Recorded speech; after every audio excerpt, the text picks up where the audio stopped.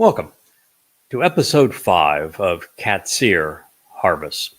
This presentation is being brought to you by Yada Yada, Volume 5, Qatsyr Harvest. I'm that guy down there. It's quite a tome. As you can see, it's about 825 pages of translations that I wrote, amplified translations that convey God's word more accurately and completely than has ever been done in human history previously. A very different style of amplification of God's words. In fact, maybe I can show you something. The camera can pick this up. As you can see, the translation here, where the core of God's message is presented in a bold font, and then the Hebrew word in the most generic form is presented inside of a parenthetical, so that if you're reading online, you can actually look up that word and verify that my translation of it is accurate. And then you can see, following the parenthetical, you'll see a whole additional set of synonyms and meanings that are consistent with that particular word in Hebrew. Sometimes I'll even share the root of the word, its actionable root or verbal root. And on occasion, when it's important, I'll reveal the moods, the stems, and the conjugations so that you have a better idea as to why the sentence was translated as it was. It's a very different style. I invented it. I think it's exceedingly easy, not only to read, but to develop additional understanding and to validate the text for yourself. And, one of the things I have done to make a book like this possible is that I have turned to the Dead Sea Scrolls, and every place where the Dead Sea Scrolls differ from the Masoretic text, I highlight that difference and designate the specific scroll that we get the older witness from. And I have also scrubbed every word of the diacritical markings, which were conceived in the 11th century, at least 1,500 years and some 250 years, 2,450 years from the time that these prophecies were first written. And at that time, the Masoretes were the ones that added these punctuation diacritical markings to vocalize the words as they saw fit, not recognizing, of course, that the 22 letters in the Hebrew language contain 5 vowels, and so that every word is pronounceable without their daggone markings, and that their markings often were designed to convey rabbinic religious ideas. And so I went back to just the original letters and shared with you all the various meanings that could be derived from those letters that fit the particular context.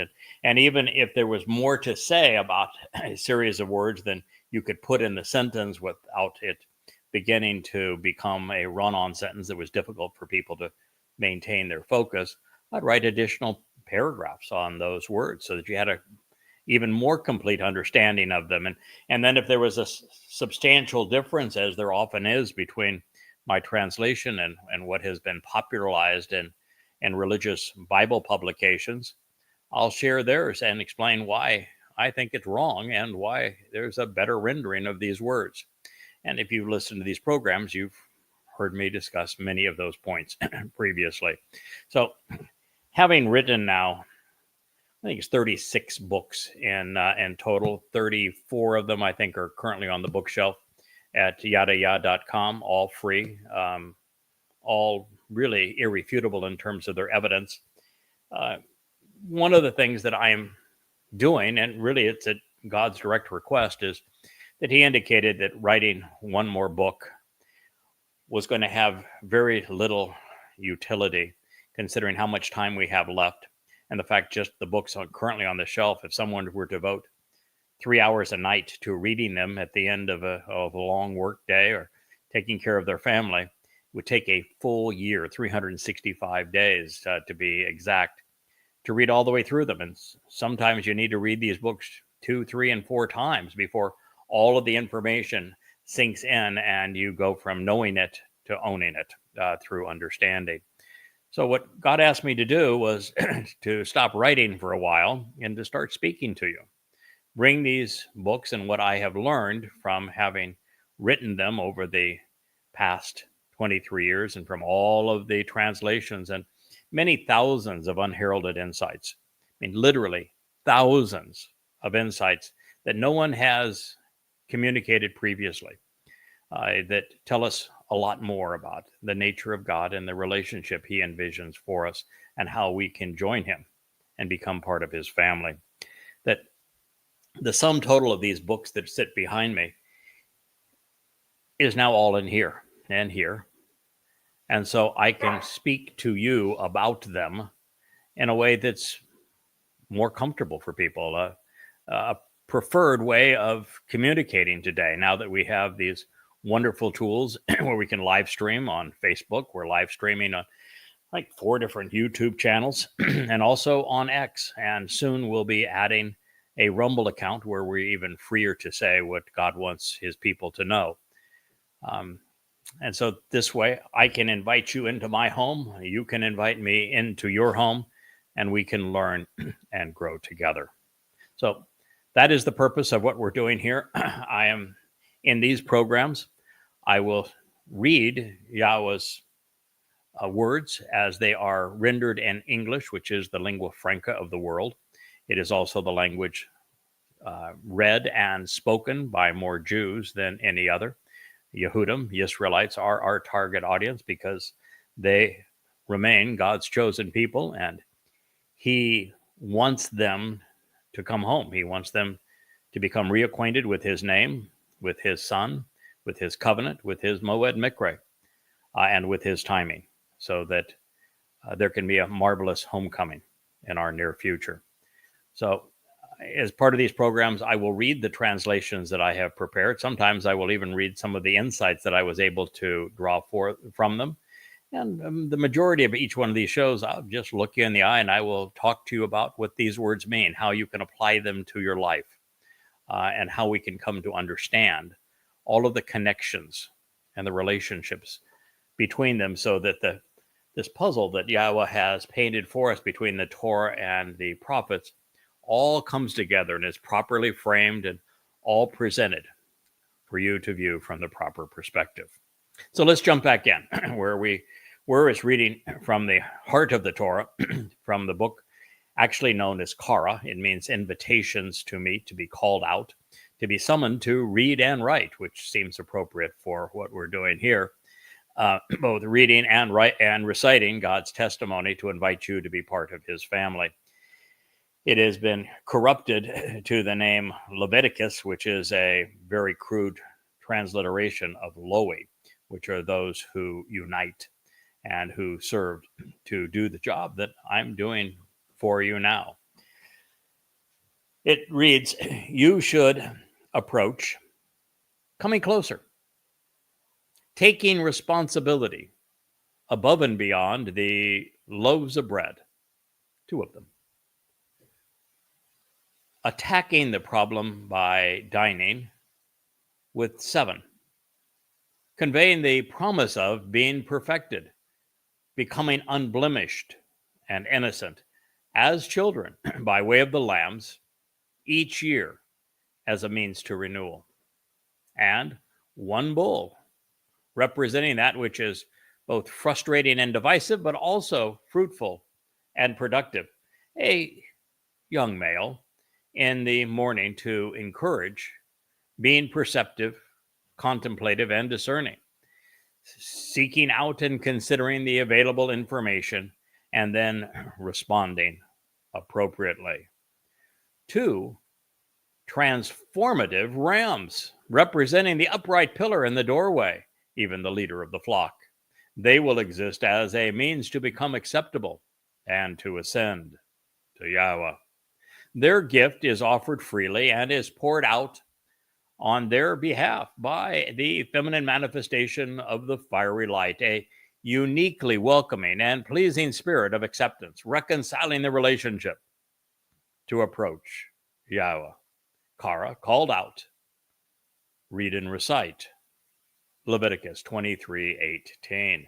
Wow, That's a lot of information, isn't it, for one statement? And of course, this is an amplified translation, which means I'm conveying the full intent of these words as opposed to just picking a small aspect of them.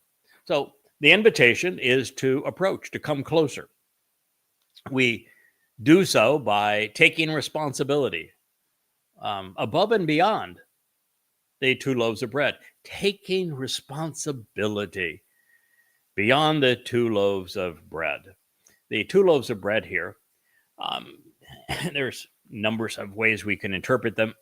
I've always interpreted them as because the attendees invited to participate in Shabuah, and because the book on identifying the Choder and how to respond to him, written by Yeshaya Isaiah, speaks of the audience being comprised of primarily Yehudim and Israelites, but also Goyim, that the 2 loaves represent Yehudim and Goyim.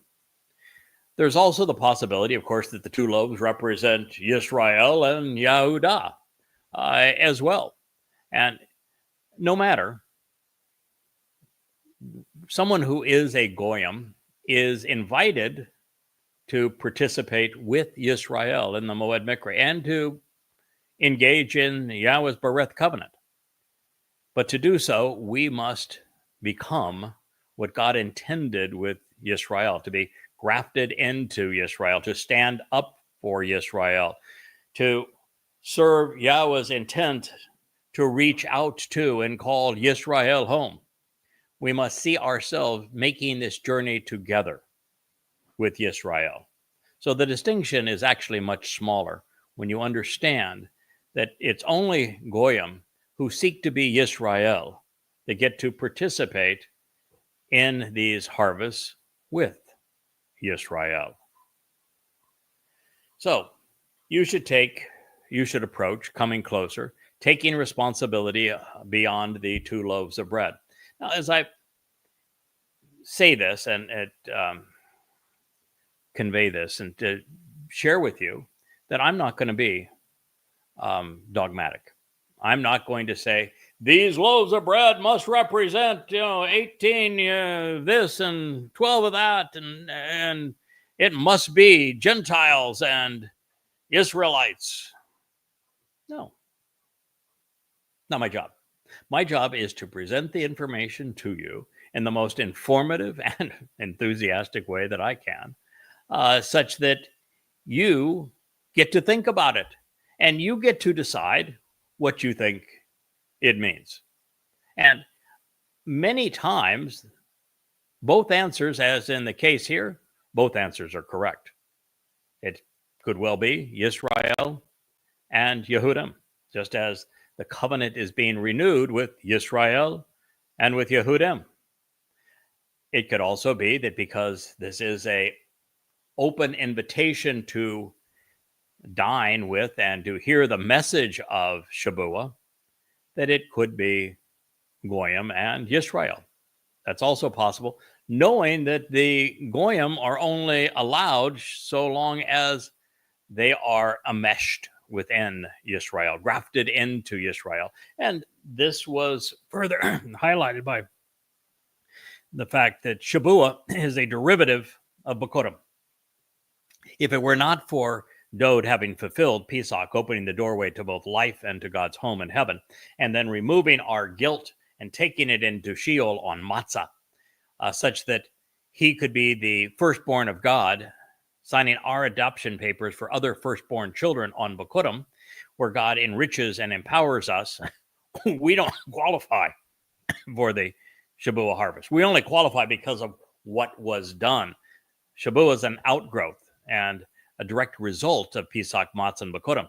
And no one can participate in Pesach unless they're sojourning with Israel, unless you're walking with Israel. And I don't think you have to go all the way to the extent that I have, where I have literally risked my life for Israel. I've had thousands of death threats for the books that I have written on behalf of Israel against Israel's enemies. And the last 23 years of my life, I have devoted essentially every waking hour to serving Yisrael. So, okay, so I'm kind of the poster child for the epitome of this approach, but no one participates in Pesach unless you're walking alongside God's people. And it says with Shabbat, with 7, which is conveys the promise of Tamim, being perfected, unblemished and innocent. And of course, most people would read a translation that says you've got to have 7 lambs. And the word 7 conveys promise too. And Yahweh's promise is based upon 7. There are 7 Moed Mikre, Pesach, Matzah, Bekurim, Shabua, Teruah, Kippurim, and Sukkah. There are 7 eras of human existence outside of the garden, including the time that we spend inside the garden and returned to Eden. There are 7 spirits of Yahweh that are empowering this message right now that you are listening to. So 7 is an exceedingly important number as it relates to Yahweh's message. Then it says, being perfected. Now you could say that, well, I want a perfect lamb, but what's a perfect lamb? I mean, the man who served as the Pesach El was far from perfect. Dode. He said, I have more faults than I have hairs on my head. The purpose of the lamb is to perfect us. So I've rendered the term consistent with Yahweh's intent. Seems like a reasonable thing to do. And as children, Beni means sons, but children are certainly fine. By way of the lambs, Kebesh, each year as a means of renewal. Shana does mean year, but the Shana, the word in Hebrew for year, speaks about renewal, which is the purpose of the very things we're talking about. It is definitely one, each had. Just as Yahweh is each had, one, there is only one bull. You're listening to him. I didn't choose the metaphor. Yahweh chose the metaphor. But in his redemptive process, there is an AL, the Passover lamb, Dode. And there is a bull that is sacrificed also, this one on Teruah. And he is sacrificed as the Adamah Parah, the bloody red man of the earth who has been productive and fruitful.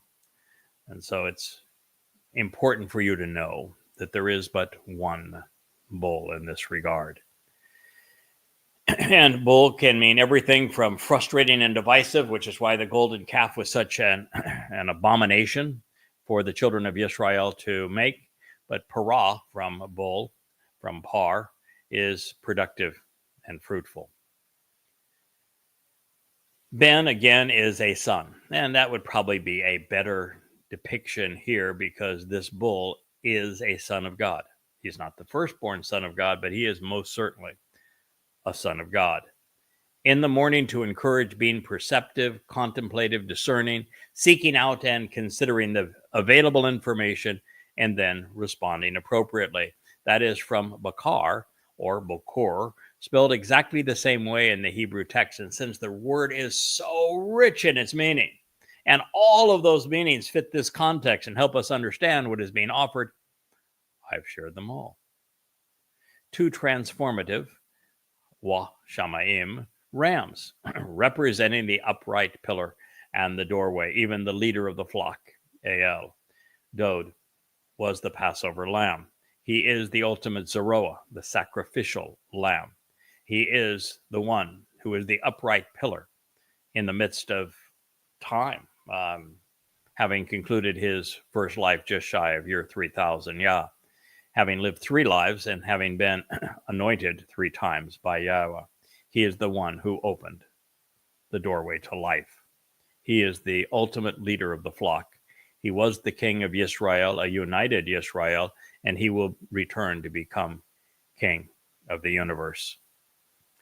They exist as the means to become acceptable and to ascend, which is my point.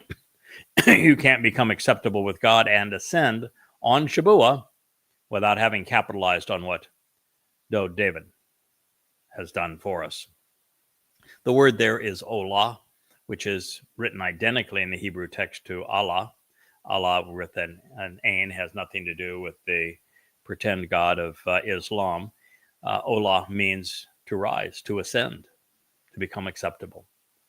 And it concludes with Yahweh's name. Yahweh's name should not have been ever erased. In fact, that is an unforgivable sin. It's the only unforgivable sin in the Torah, prophets, and Psalms. But to negate, to alter, to mislead with Yahweh's name is unforgivable. There is no coming back from it if you have done it. If you are amongst those who have deliberately hidden it, if you are those among those who denounce those who reveal it, then you're in serious trouble because there is no return from doing so. If you are among those who have been a victim of those who have told you that that God wants to be called Hashem or G-D or the Lord, and you are now willing to question that because that's wrong, and you come to recognize that God gave us his name and said that Yahweh is his one and only name thousands of times, then, well, you're off to a good start. And pronouncing his name is not difficult. He told us that it was based upon the verb haya. He told us that repeatedly. Haya tells you how to pronounce the he and the yod, leaving only one letter to figure out how to pronounce properly, and that is the wa. And we're reading this from the Torah. Guess where the O sound comes from in the word Torah? It's the wa. The wa is also the source of the O in shalom.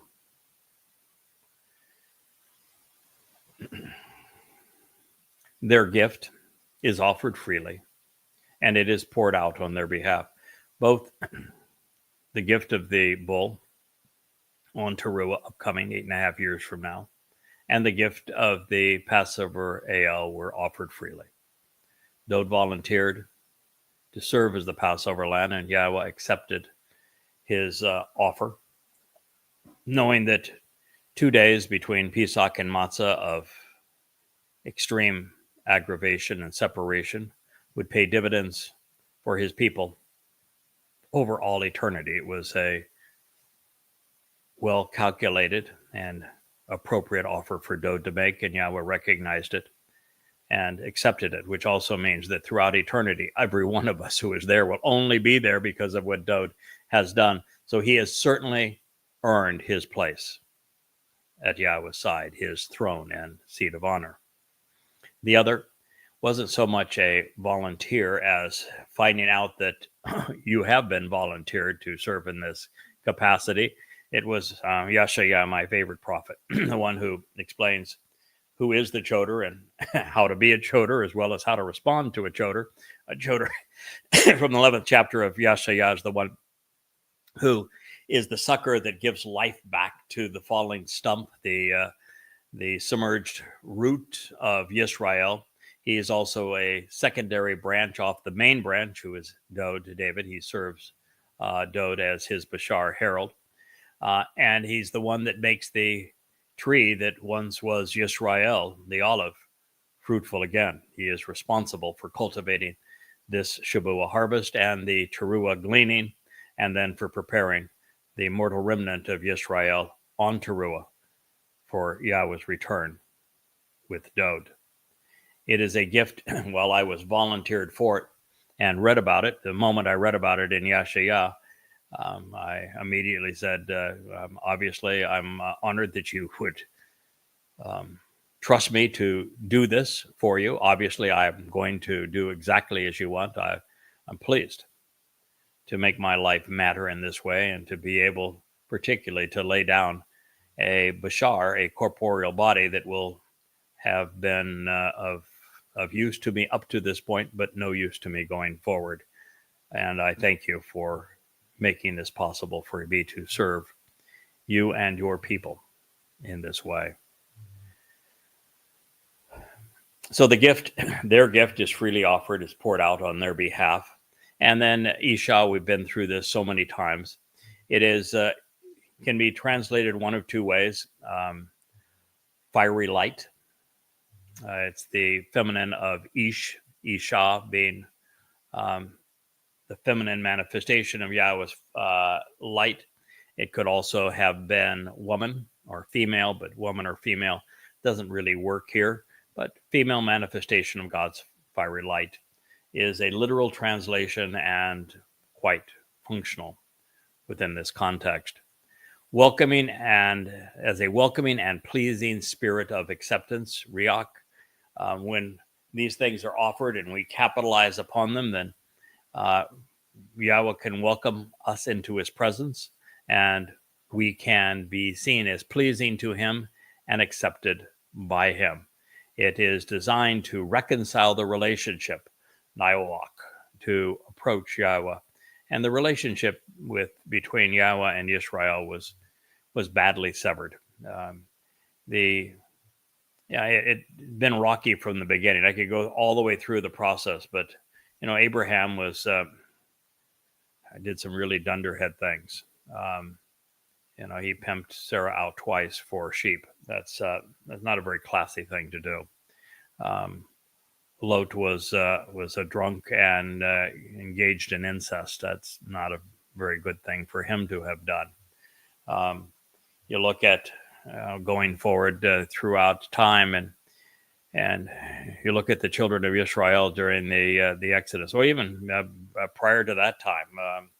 While Yishak seemed like a decent fellow, he was going to pick the wrong son to bless, and so it was important that Jacob get the nod. But Jacob, boy, you read about his life, and there's not a whole lot of positive there, and there's a whole lot of negative.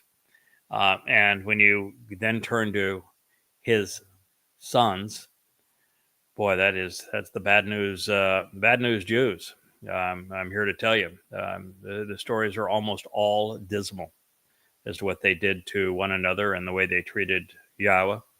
It's a sad story, and it gets sadder in the prelude to the Exodus, where Moshe, who had a conscience and character, went out to stop the Egyptian taskmaster for beating Jews to death.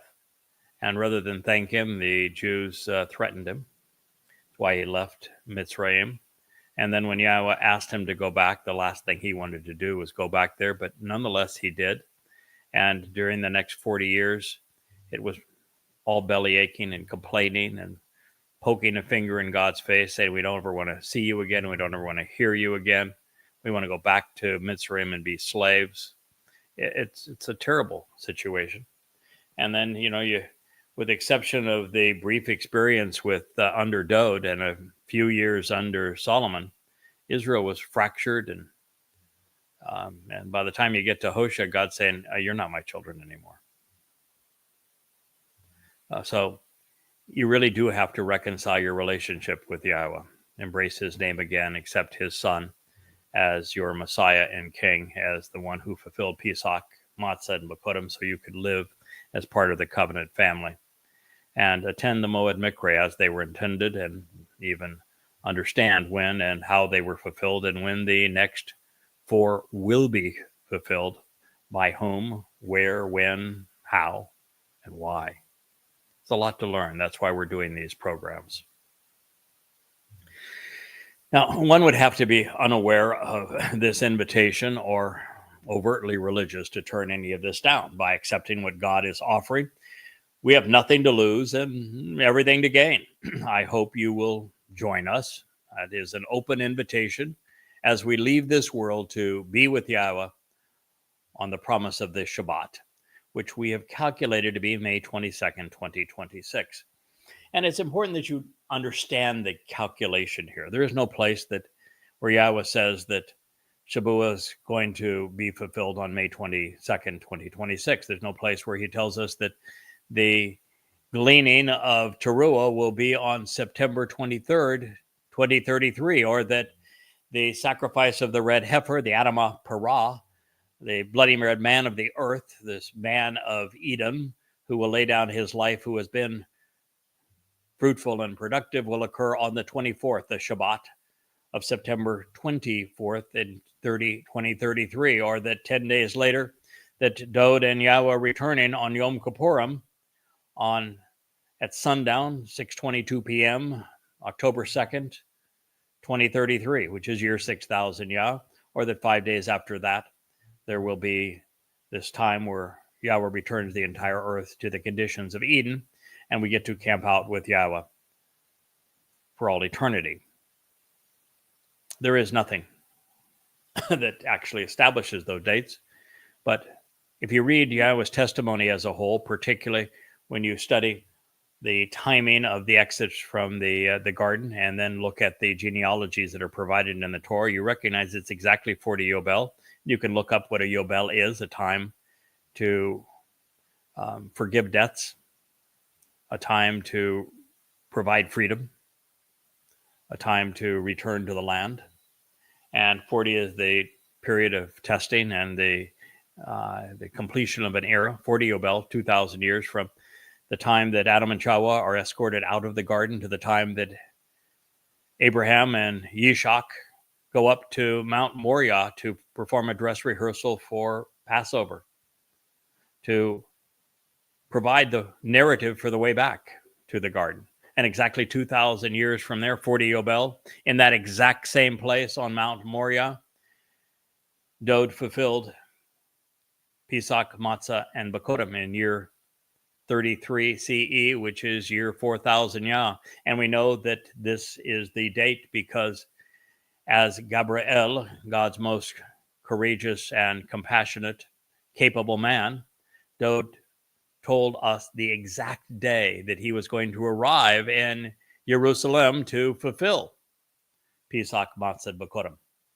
So we have an exact moment for its fulfillment in Abib of 33 CE, and all we have to do from that point is add another 40 Yobel, 2,000 years to 2033, and we end up at year 6,000 Yah, being in 2033. And therefore, we know when Teruah, Kippurim, and Sukkah will be fulfilled. And we find little highlights along the way, and that in 2033 on Teruah, there'll be a full eclipse of the sun. And on October 7th, as we enter the Shabbat of the millennial Shabbat, there will be a full eclipse of the moon. And all we have to do to then go back to the date of the Shabuah harvest is to subtract the 7-year time of the time of Jacob's troubles, which Dod also articulated in his prophecy through Daniel to us, and which is consistent with the name of the Moed Mikre as 7 sevens, the promise of 7. You go back 7 years from 2033, and what do you end up with as the commencement of the time of Jacob's troubles? May is when Shabuah is fulfilled, and that year, May 22nd, it is also a Shabbat, when God does his best work. And then you could look at my favorite prophet, the prophet who wrote the book on identifying the Choder, responding to the Choder, and acting like the Choder, tells us in the 17th chapter exactly how all of these dates play out and what happens on Shabuah, what happens on Teruah, and how that leads to Yom Kippurim.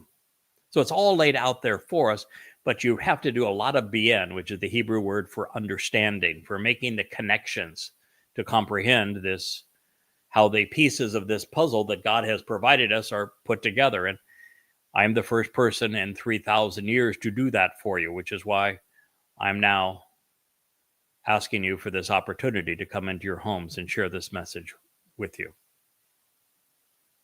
My only reward in doing so is having the satisfaction that I did something that was important to Yahweh, that helped him reestablish his name with his people and his relationship with his people, and that reintroduced you to his beloved Son.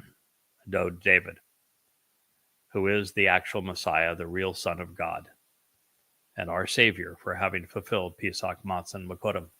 And then to tell you how you can capitalize by being part of that Shavuot harvest, how you can prepare for what's going to happen at the beginning and throughout the process of the time of Jacob's troubles, beginning in May of 2026, and that so you are fully prepared for what will transpire on Teruah, both the evening and the following day, with the final ingathering of Yehudim, and then that next day with the sacrifice of the Adam of Parah, so that this mortal remnant of Yisrael is prepared to receive Yahweh into their lives and enjoy the homecoming and family reunion, while Yahweh transforms the earth into the conditions experienced at Eden, so we can celebrate together for 1,000 years.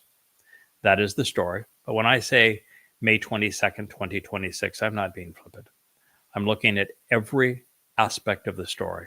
I recognize that Yahweh's timeline flows through the Moed Mikre. Every aspect of what he has to say is based on that, and everything he conveys plays out on a plan of 6 plus 1 equals 7. 6, the number of man, plus God, is God's idea of a perfection and of an ideal equation and result. And so I am the first to bring all this to you. I'm the first to figure it all out. And I have this wonderful opportunity to share it with you. And my reward is actually greater than just knowing that I've done something that brought a smile to our God, that did something that was really important to him at this time and for him at this time.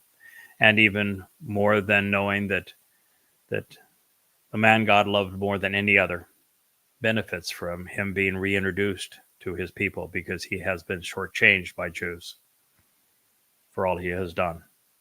But also there will be the satisfaction of sitting in the back of the room as Yahweh greets each new covenant member that embraces him for the first time. I get to see the smile on my Father's face as he welcomes you.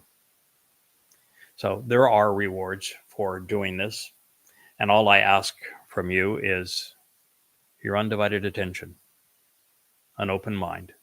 I ask that you distance yourself from all religious ideas and all political notions, and that you come to God in the recognition that there is no opportunity whatsoever to meet with him until you have walked away from religion and politics, from conspiracy and from militarism, and then come to know and understand what he is offering and expects in return. And these programs are designed to help you do that. Now, moving on. Yahweh's recipe for Shavuot was not yet complete. Still speaking of the all are welcome and come as you are party, to increase the potential beneficiaries of this wheat harvest, there would be another ode to David, to the Kaporeth, mercy seat, to Yisrael, those who engage and endure with God, to reconciliation, which is the intent, and to the homecoming on Kippurim, which is the day of reconciliation. And so with the lamb, the bull, and the satar, the woolly goat, since I have identified the lamb as my king, your king, should you choose to join us, Dode. I am the bull, and that's no bull. There's also a satar, and the satar is the greatest orator of all time, Elia, who is coming back to reprise his role in the ultimate roast of a bull in conjunction with Yahweh, as he attacked and destroyed the credibility and snuffed out the lives of those who were advancing the religion of the Lord, Baal, and that of Asherah, the Queen of Heaven, Mother of God, the Mother of God in the Asherah cult, as well as the entire political establishment of Israel, bringing them all down and seeing to it that they would all die. And while that sounds gruesome, Elia had a way of making it entertaining. And he was so good at it that Yahweh removed him at the end of this so that he could bring him back to share his entertaining style with us as he orchestrates the ceremony of my sacrifice as the Adamah Parah and what God does with the sacrifice of my corporeal body.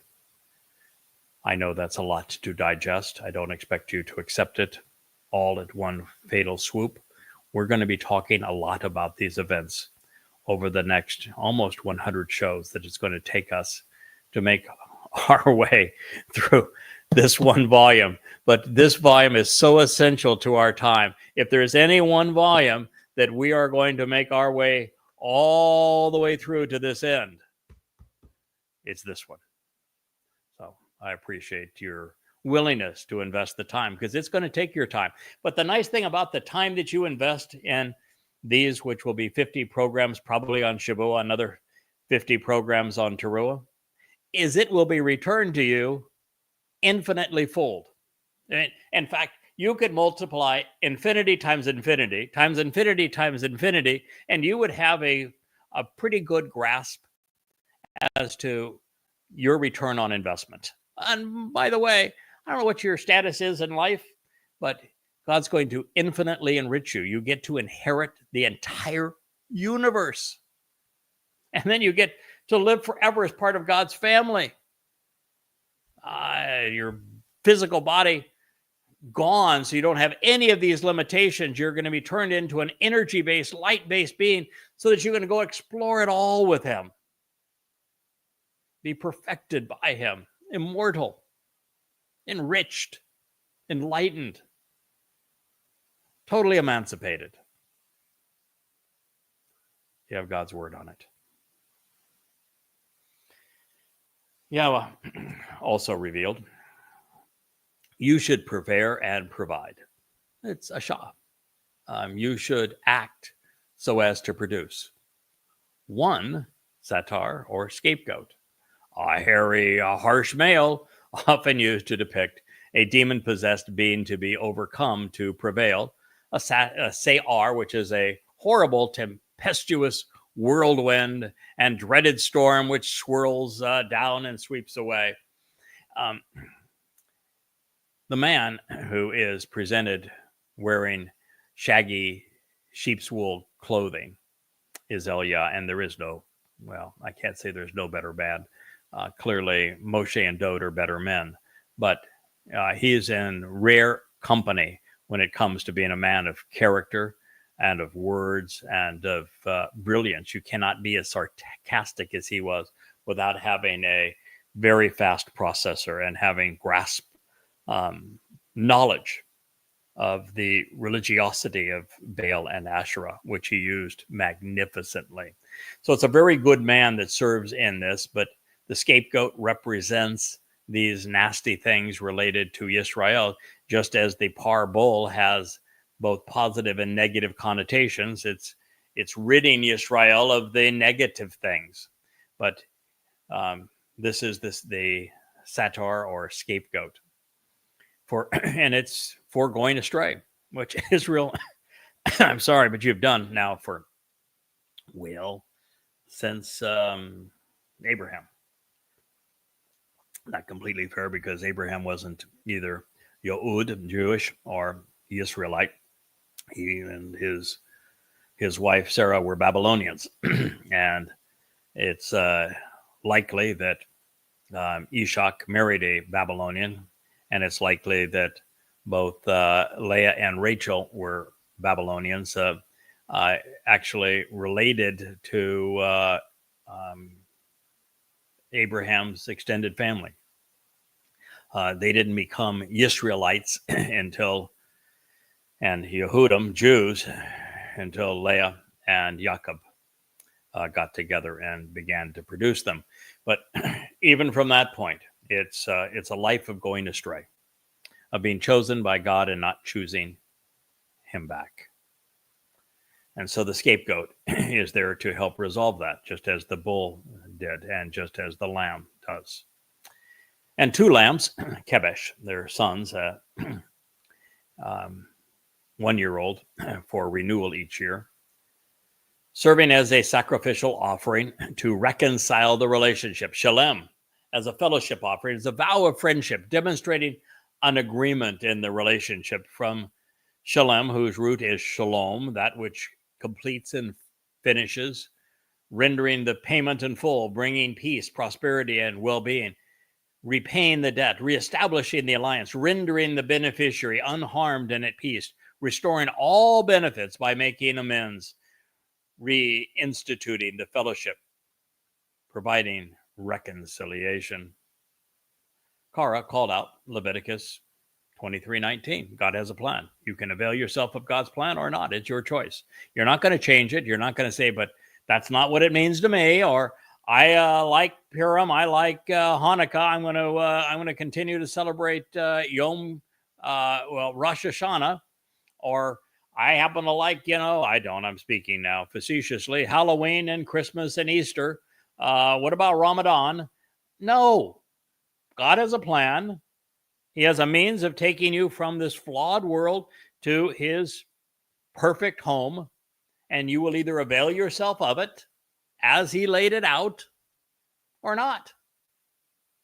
If you do, you have his word that all of these wonderful things will come your way. If you don't, then you will have squandered your life, and at the end of your life, your soul will cease to exist.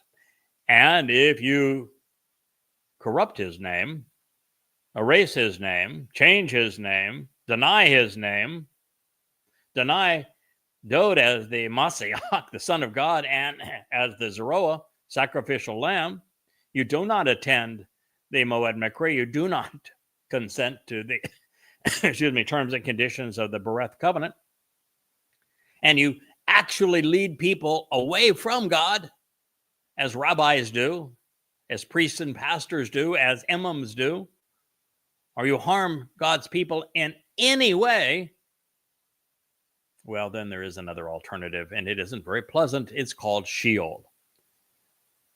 Hell would be the more colloquial term for it. It is a black hole where only time exists. So those are your choices. You're free to make them. You're just not free to change them. Now, the satar is our scapegoat, the one who bears the blame of the flock for having gone astray. This is because the satar is the instigator, the leader of the cult or gang, who initially inspires a horrible notion, and that notion then sweeps through the compliant and it moves them off the proper path. As a fierce male goat, the satar is quick to turn against the shepherd and instigate a whirlwind of tempestuous behavior. And to an unmitigated extent, Israel has done this regarding their shepherd, Dod. Now, moving from this nimble blend of animal and beast to the most diabolical of men, Seir is representative of the likes of Peter and Paul, Luke, Mark, Akiba, Maimonides, Muhammad, and Abu Bakr. The demon-possessed whose circular reasoning misleads the masses. The satar's beguiling influence is one of the reasons so many have la chata'a, gone astray, forfeiting their opportunity by wandering down the wrong path and embracing religion rather than the relationship intended by Yahweh. Now, Jews have struggled with the embodiment of this satar, for some time, thousands of years. Evidence for this is found in Baal God, the Lord of good fortune.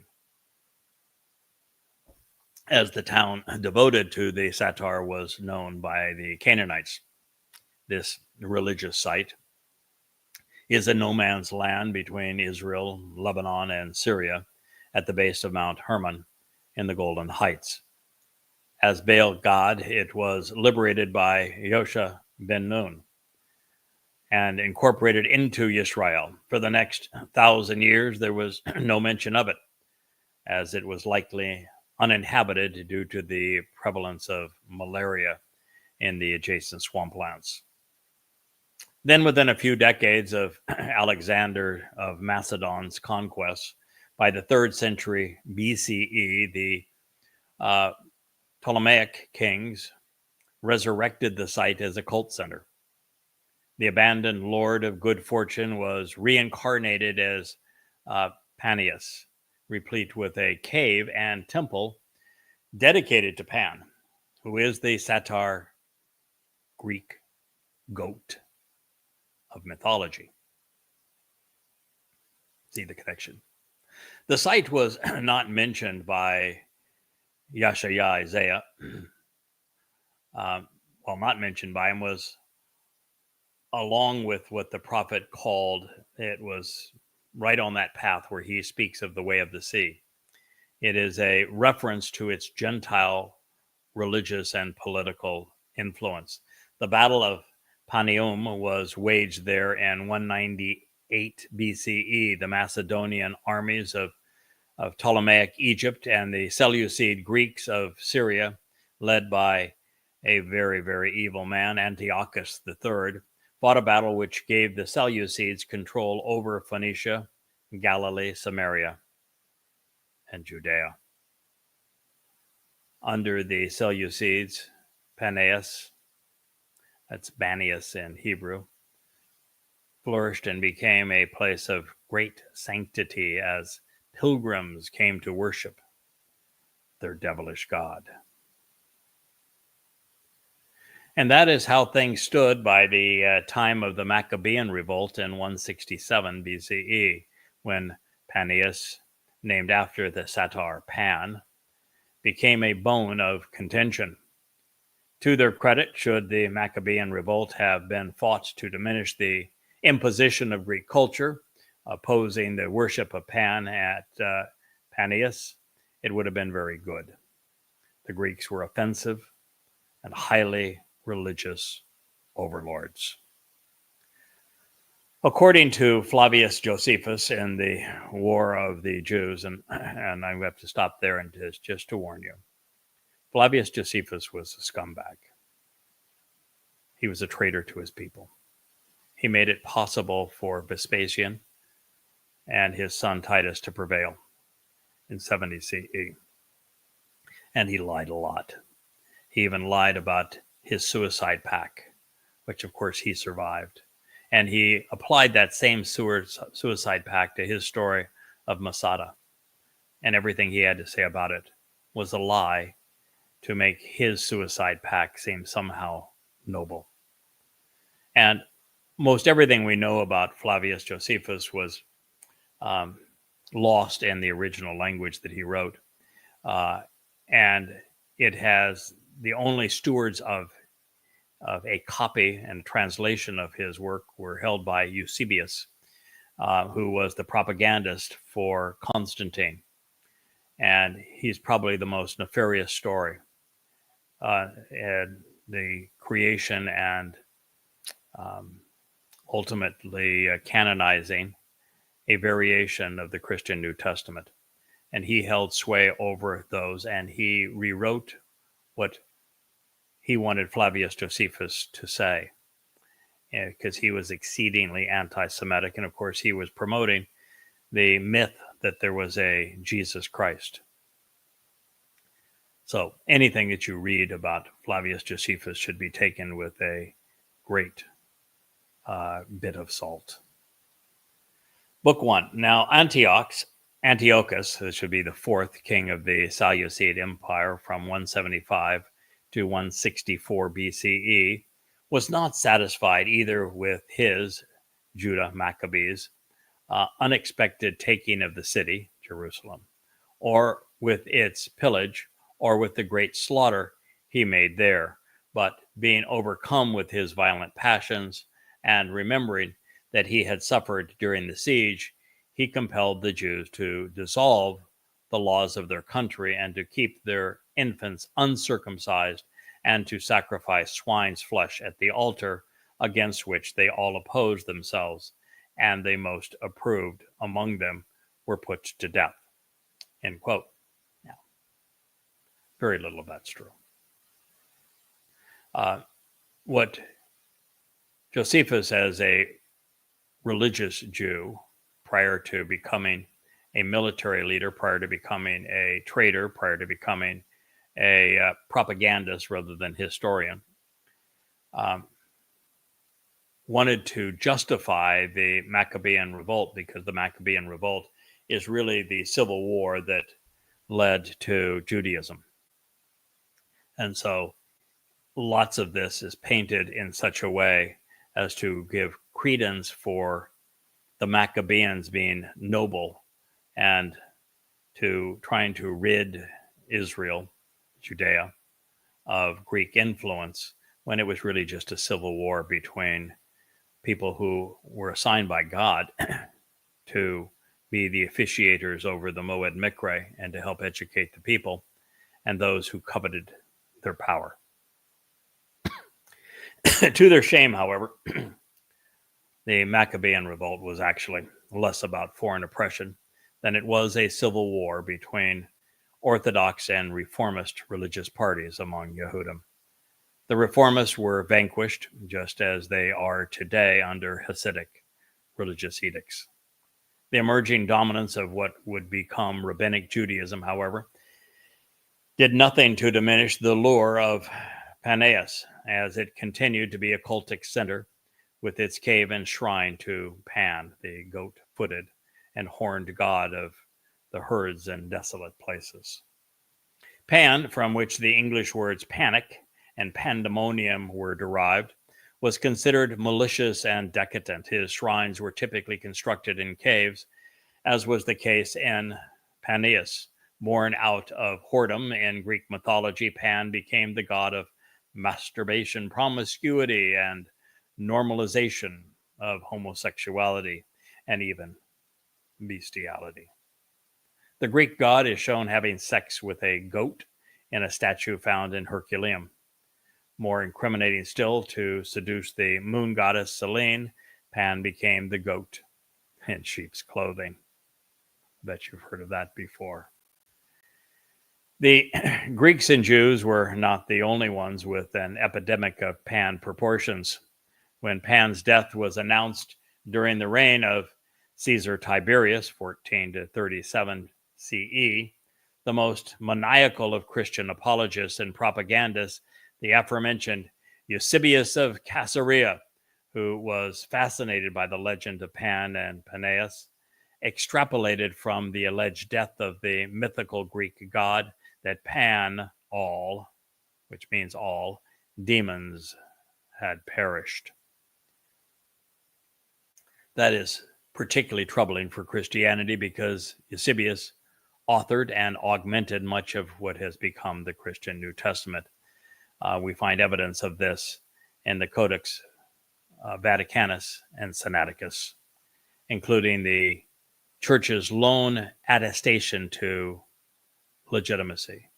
The citation both in Mark and again in Matthew of Peter allegedly saying, "You are the Christ, the Son of the living God," and then of Jesus, who never existed, allegedly saying that because you have said this, the keys of heaven will be given to you, and upon this rock I will build my church. None of that exists prior to Eusebius and the two codexes that I have just mentioned, Sinaiticus and Vaticanus. Both were written at the same time and heavily edited thereafter. The line doesn't exist. And even in both of them, we find the Jesus character saying, "Don't tell anyone that I am the Christ. Terrible things will happen if you do."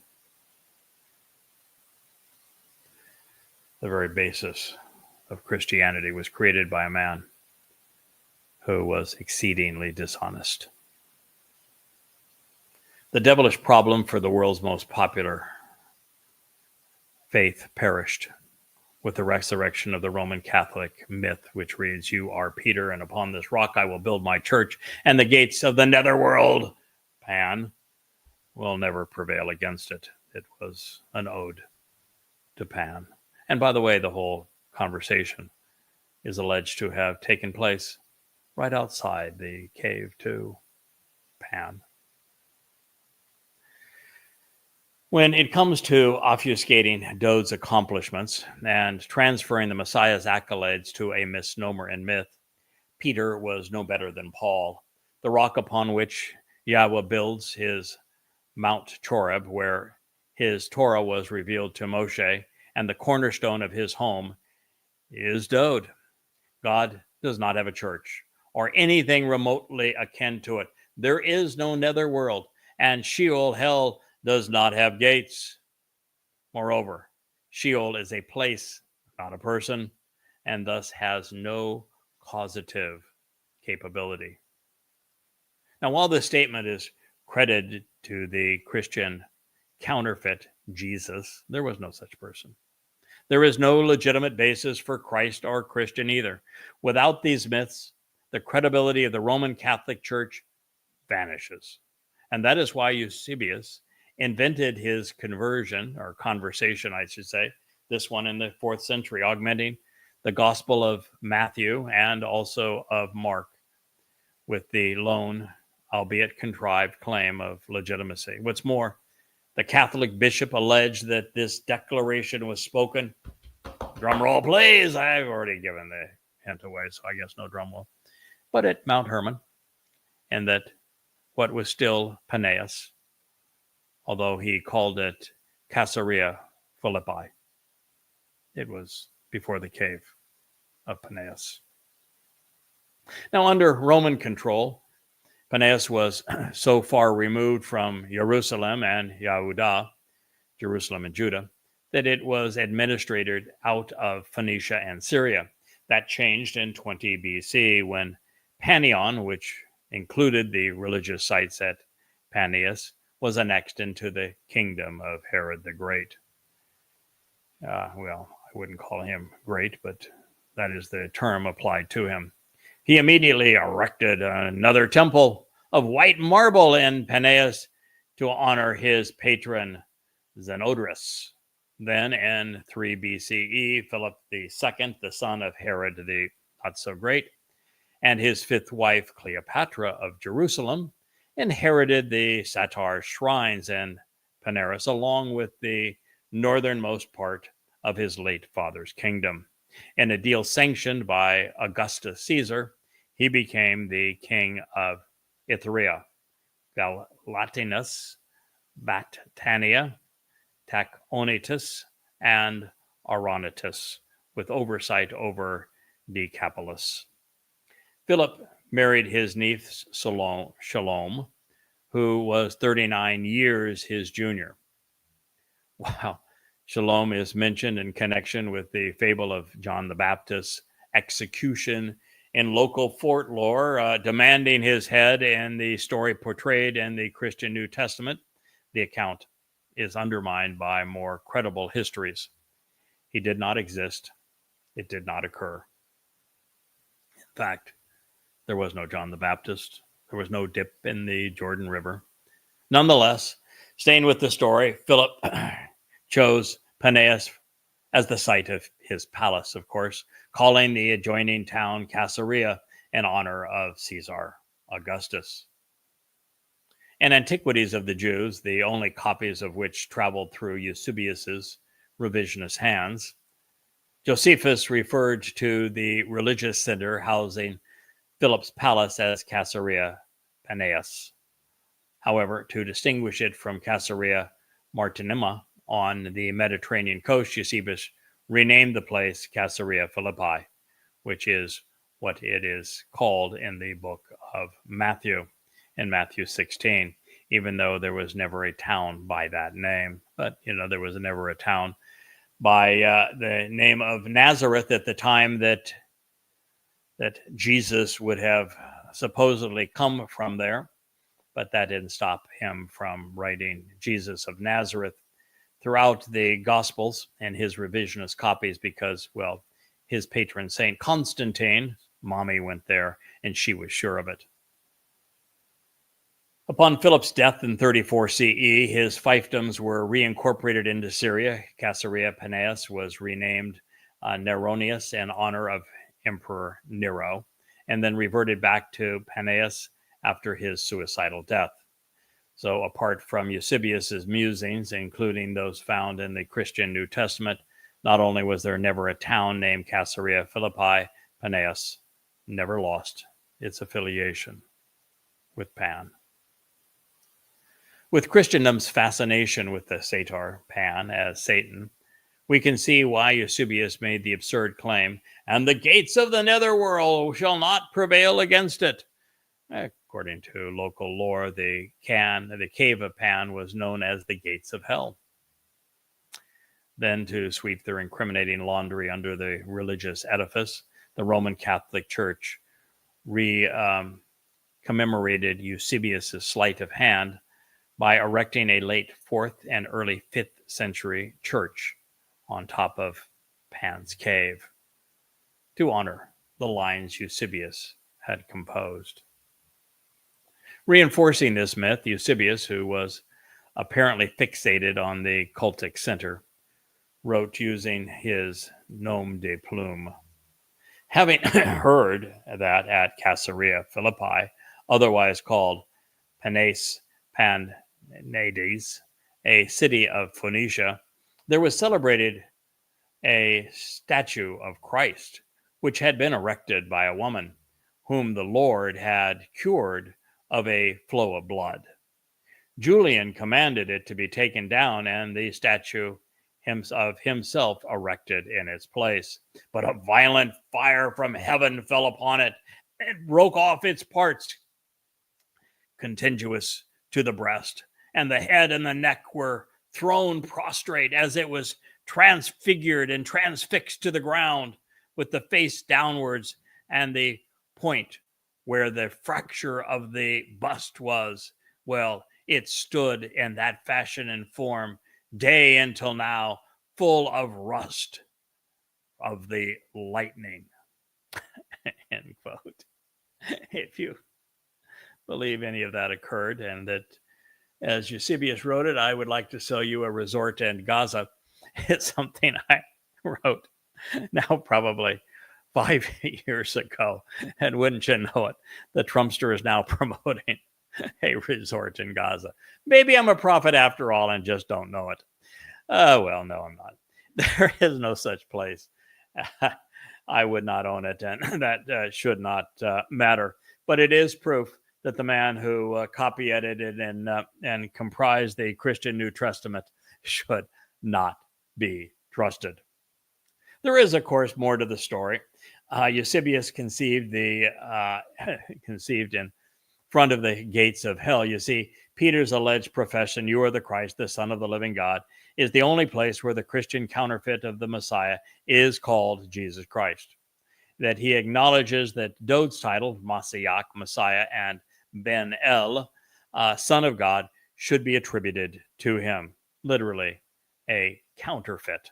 Without the imagined and unattested scene playing out before the cave of Pan, there is no justification for Christ or Christian, or for Christianity, or for the church. It all vanishes without the cave of Pan fabrication. There is no Jesus or a New Testament. There is no chair of St. Peter for popes to sit upon. There are no keys to heaven held by a Roman institution either. It all crumbles behind the facade crafted by Eusebius and his deceptive pen at the propensity of Christians to believe that which is easily disproven. As evidence of this, not a word of what follows of what Eusebius composed on behalf of his Roman church overlords in Matthew 16 or Mark 8 is found in any of the 69 pre-Constantine codexes containing portions of the Christian New Testament. Not a word, not in any one of those 69 codices, is Matthew 16 or 8 found. The earliest evidence of the Gospel of Matthew and Mark is Papyrus 45. It was written sometime around 250 CE in Alexandria, Egypt. It contains the text of Matthew's chapters 20 and 21, 25 and 26, along with portions of Mark chapters 4 through 9 and 11 through 12, some of Luke 6 and 7, 9 through 14, John chapters 4 and 5 and 10 and 11, and Acts chapters 4 through 17, and thus not a word from the 16th chapter, thereby excluding the religion's most essential citation. As for Mark 8, Papyrus 45 contains Mark 8:1, 14 through 25, and 34 through 40, but nothing of the narrative that conveniently starts with the 26th verse. Now, let me share this with you, and then we'll wrap up tonight's program. Jesus and his followers went from there to the towns of Qatsyr, Philippi. As they went, he asked his followers, "Who do people say I am?" They answered, "Some say you are John the Baptist, and some say Elijah, and others say one of the early preachers." "But what about you?" he asked. "Who do you say I am?" Peter answered, "You are the Christ." But Jesus warned strictly, charging them that they should tell no one about him. Mark 8:27 through 30. I'm going to let you muse on that for a while. And we'll return to it in our next program, because to understand Shabuah, we have to rip Pentecost out of the Christian testimony so that it is not polluted and poisoned by the likes of Peter. And that is the conclusion of this episode of Qatsyr Harvest. We will return tomorrow with the next. I thank you for listening. This is Craig Wynn and the Yahweh Blog.